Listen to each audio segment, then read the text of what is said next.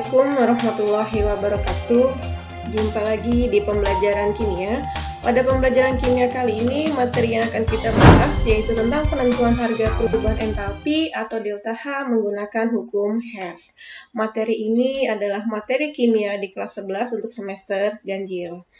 Oke, sebelum kita mulai pembelajaran kali ini, alangkah baiknya kita awali dengan membaca basmalah. Bismillahirrahmanirrahim.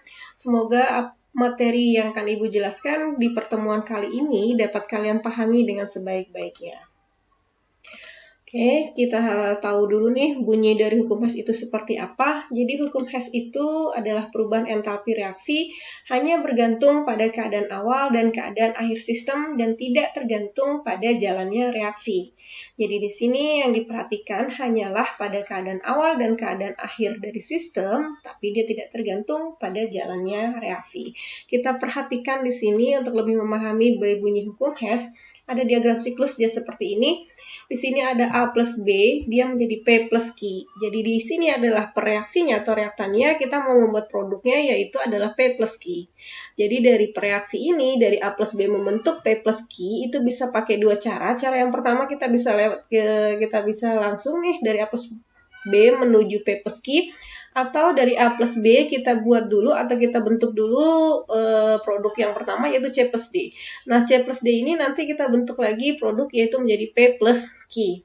Jadi nanti ini adalah keadaan awalnya, ini adalah keadaan akhirnya.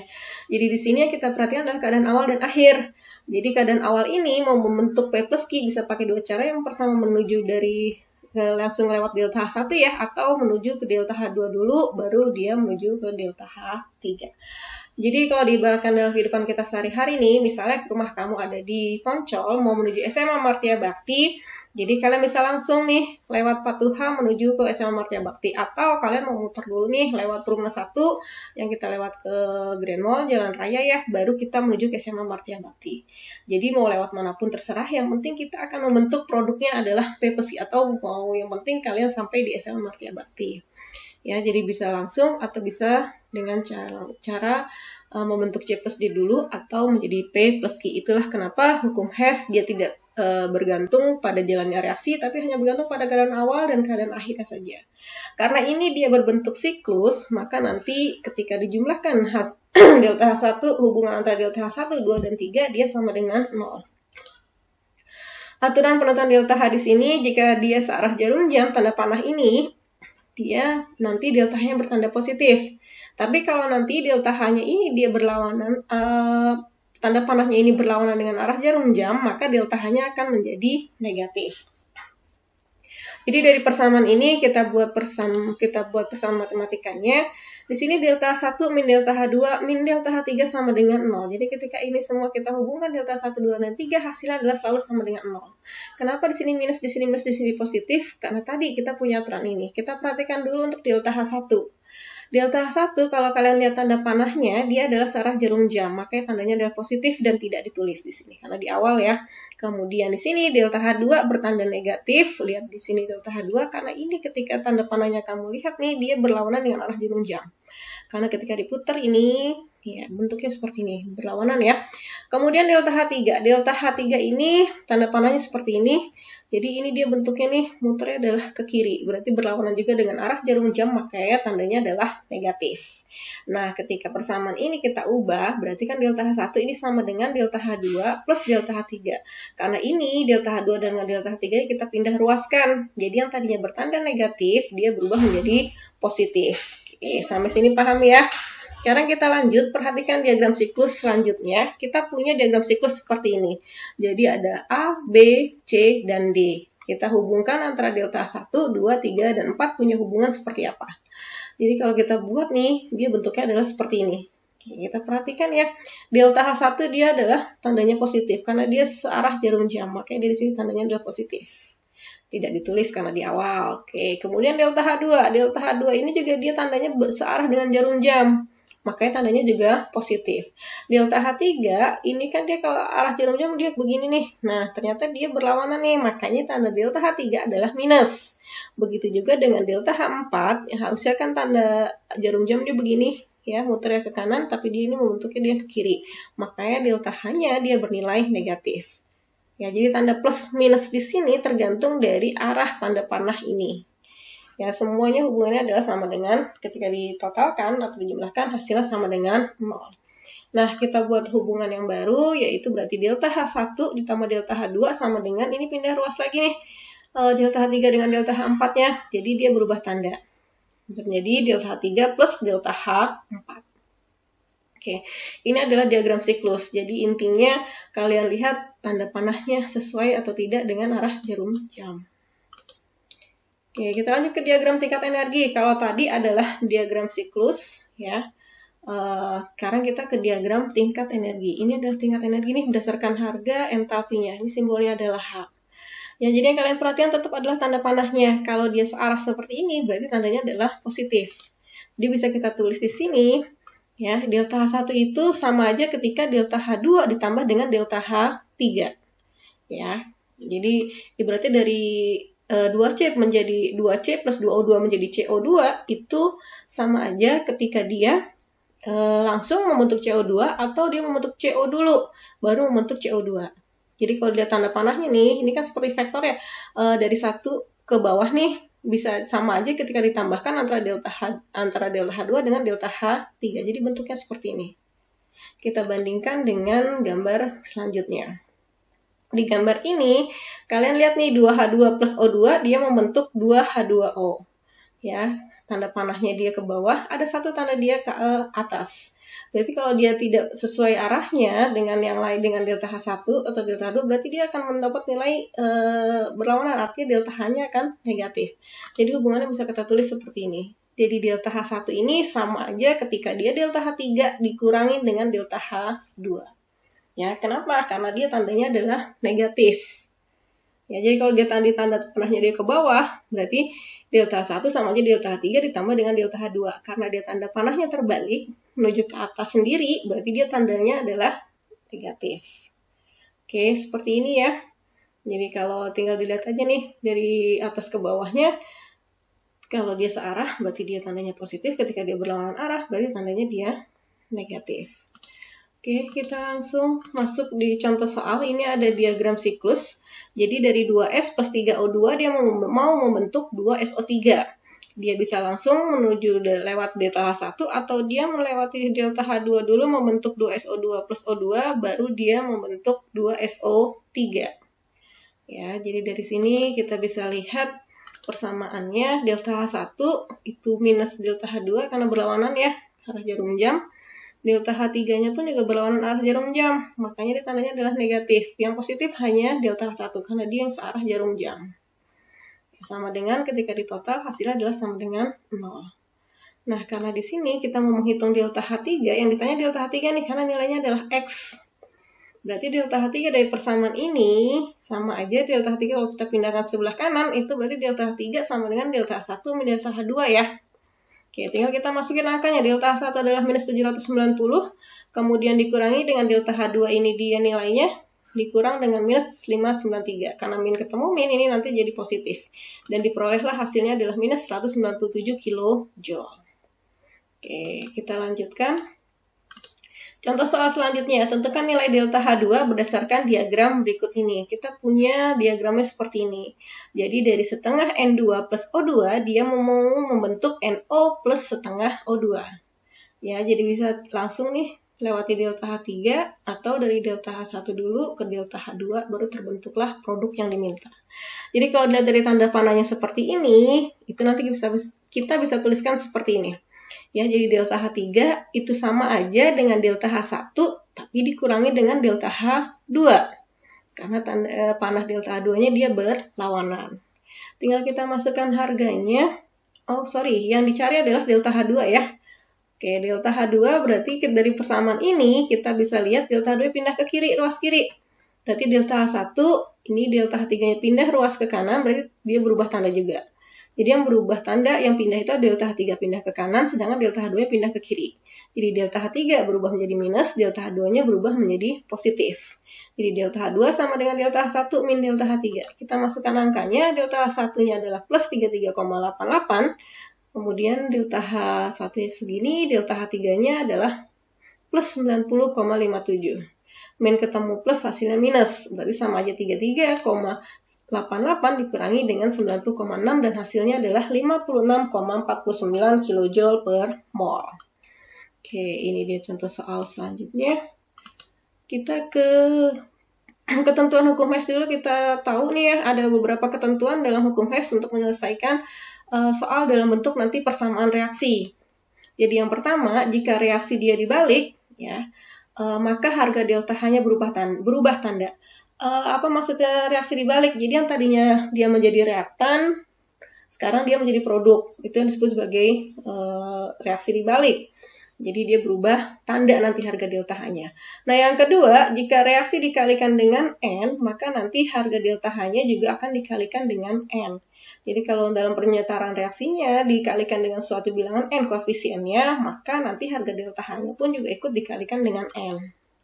Nah yang ketiga, jika reaksi dibagi dengan N, ya, maka delta H-nya pun juga dibagi dengan N.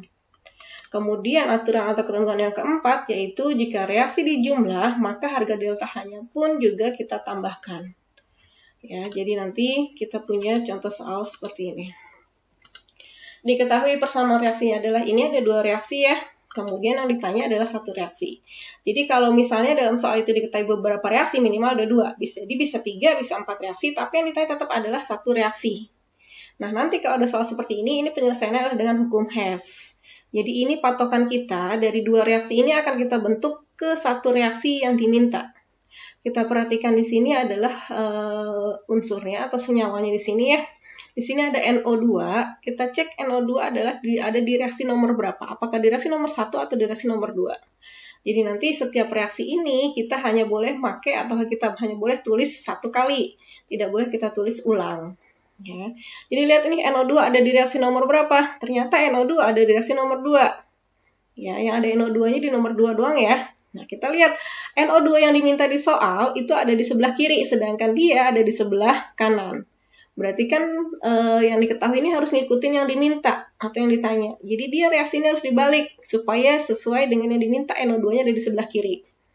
Ya, jadi kita tulis nanti persamaan reaksinya adalah seperti ini. Karena reaksi ini dibalik, ya, kemudian berarti NO2-nya ada di sebelah kiri, di sini ada NO plus O2.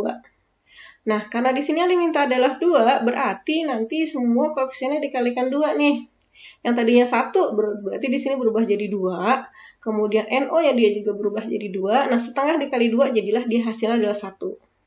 Ya, karena reaksinya dibalik, berarti kan berubah tanda. Delta H-nya, yang tadinya tandanya di sini adalah positif, berarti berubah tanda dia menjadi negatif B. Karena dia dimintanya 2, berarti kan koefisiennya dikali 2 semua. Karena nggak dikali, maka harga delta H-nya pun ikut dikali. Karena tadi dikali 2, berarti dia harus dikali 2 nih delta H-nya. Dapatlah dia hasilnya adalah min 2B kilojoule. Nah, kemudian di sini kita setelah itu ke senyawa selanjutnya, yaitu ada N2O4. Nah, N2O4 ini ada di reaksi nomor 1. Kita lihat posisinya, dia sama-sama di sebelah kanan tanda panah. Kalau sudah sama, berarti tinggal kita tulis ulang.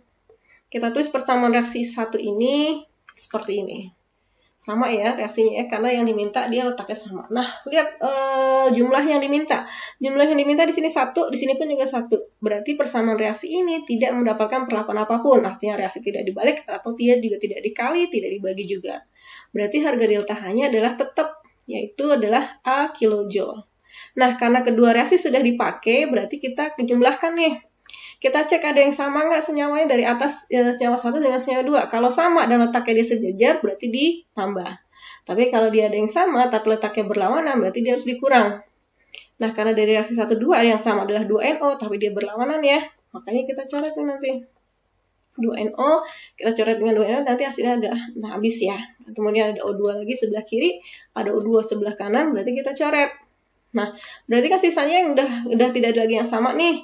Ya, tersisa di sebelah kiri reaksinya ada 2NO2, sebelah kanannya tinggal N2O4. Ini persamaan reaksi yang diminta muncul sama dengan yang ditanyakan. Ya, kemudian berarti delta H-nya bagaimana, kita tinggal jumlah. Ya udah jumlahlah min 2B ditambah dengan A kilojoule. Inilah harga delta H-nya. Oke, paham ya? Di contoh soal ini, diketahui perubahan entalpi untuk reaksi pembentukan CH4, CO2, dan H2O adalah sebagai berikut. Ya, jadi di sini diketahui ada 3 persamaan reaksi beserta dengan harga delta H-nya masing-masing. Kemudian yang ditanya adalah tentukan perubahan entalpi untuk reaksi CH4 plus 2O2 menjadi CO2 plus 2H2O.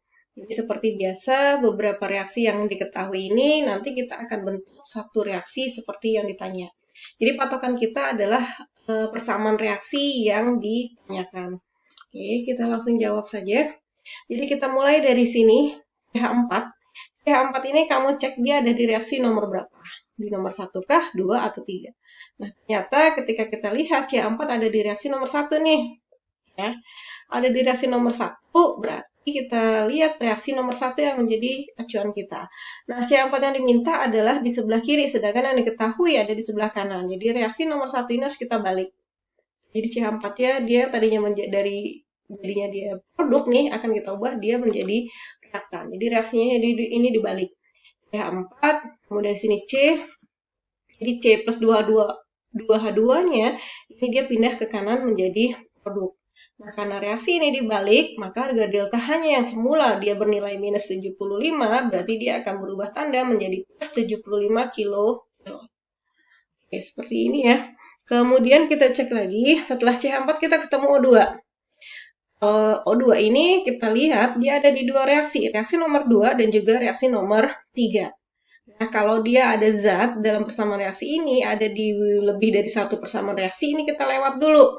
Jadi kita tidak usah lihat lagi, karena nanti dia akan muncul dengan sendirinya di akhir reaksi. Jadi langsung kita loncatin ke CO2. Ya.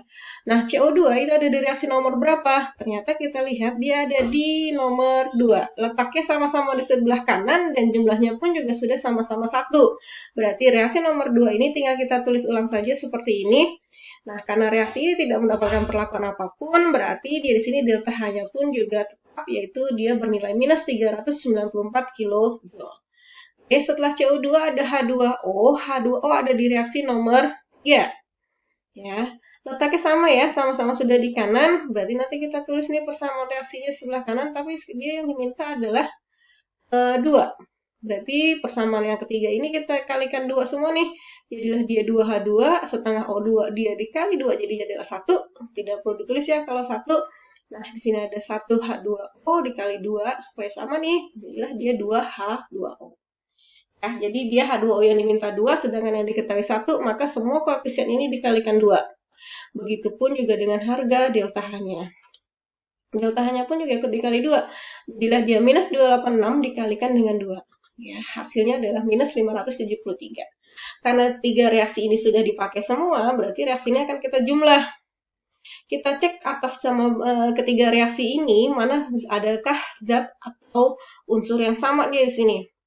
Ya, ternyata ketika kita lihat di sini ada C. Ada di sebelah kiri tanda panah ya, yang satu lagi ada C di sebelah kanan tanda panah, berarti kan letaknya berlawanan. Kalau letaknya berlawanan berarti diambil. Ini ada 1 C, di sini ada 1 C, berarti sama-sama diambil ya. Kita ambil nih, berarti nanti hasilnya habis. Kalau nanti di sini ada 2 C, di sini ada C, berarti nanti masih ada sisa 1 C di sebelah kanan. Nanti nulis C-nya, nulisnya ada di sebelah kanan sisanya. Yang lebih besar ada di kanan. Ya, kemudian ada apa lagi yang sama nih? Ternyata kita lihat ada H2, 2H2, di sini pun dia juga sama 2H2. Jadi nanti kita akan coret 2H2 dengan 2H2, jadi nanti hasilnya adalah 0. Ya, kemudian ada apa lagi yang sama? Ternyata yang sama adalah O2 lagi nih. Ada O2 lagi yang sama, yang satu di sebelah kiri, satu lagi juga di sebelah kiri tanda panah. Kalau letaknya sama, berarti nanti ini akan dijumlah. Jadi ini kan artinya 1 O2, ini juga 1 O2, ketika dijumlah, nanti dia akan menghasilkan 2 O2. Inilah dia persamaan reaksinya. Ya, kita lihat di sini, sebelah kiri tanda panah kita tulis semua nih, ada CH4 kita tulis, di sini pun juga ada O2 tambah O2, jadilah dia 2 O2, kemudian di sebelah kanannya yang masih tersisa adalah ada CO2 dengan 2H2O. Ya, jadi persamaan reaksi yang diminta ini pasti setara dengan yang ditanya. Pasti sama dengan yang ditanya ya, yang diperoleh kalau di sini reaksinya sudah betul. Jadi kalau nanti misalnya kamu dapat persamaan reaksi ini tidak sama dengan yang diminta, berarti ada kesalahan ketika kalian menuliskan reaksi di sini. Nah, karena sudah sama, kita tinggal lihat harga delta H-nya, yaitu adalah minus 891 kilo. Kita jumlahin ya, 75 min 394, dikurang lagi dengan minus 572. Hasilnya adalah minus 890. Oke, sampai di sini penjelasan tentang hukum Hess. Terima kasih atas perhatiannya. Semoga kalian paham dengan materi yang kali ini Ibu jelaskan. Terima kasih kembali lagi. Semoga kalian selalu sehat walafiat. Jumpa lagi di pembelajaran selanjutnya. Wassalamualaikum warahmatullahi wabarakatuh.